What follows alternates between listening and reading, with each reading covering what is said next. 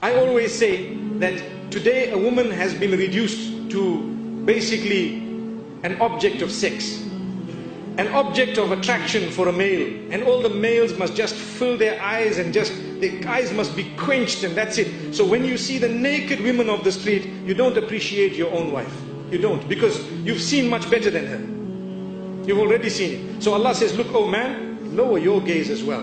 It's no excuse. Even if they're doing that, lower your gaze. So you have a woman, and you look down. With respect, you speak to her. It doesn't mean, there was a story of one of the mashayikh, one of the scholars. He mentions a story that there was a man in the United States. He was a religious preacher. He entered a lift, young man. And when he was in the lift, the lift stopped at a certain floor. And the female entered it. She was semi-nude.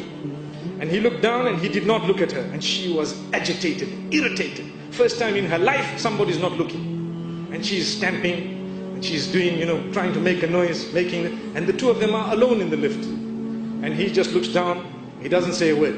His lift stopped, she wanted to go higher. When he came out, she came out behind him. This is a true story. She came out behind him and she created a discussion. Hey, you know what? I'm very offended. Am I so bad, so dirty, so ugly that you couldn't even look? Now she's being honest. This is how the women have been trained, that you need to attract men at large. You need to attract men at large. So am I this, that you couldn't even look? You couldn't even... And he says, look, my sister, you know what? I'm a Muslim. I respect you so much, really. And I have a wife. And I have this, and I have that. And I am, and I don't want to insult myself and yourself by, staring at you, and what am I going to gain by it? And he explained to her in a beautiful way. And she asked for his number. Now imagine if someone asked you for their numbers. Wow, mashallah. And respectfully the man agreed, and he felt that, I will get the people in touch with her and explain. After some time, she accepted Islam.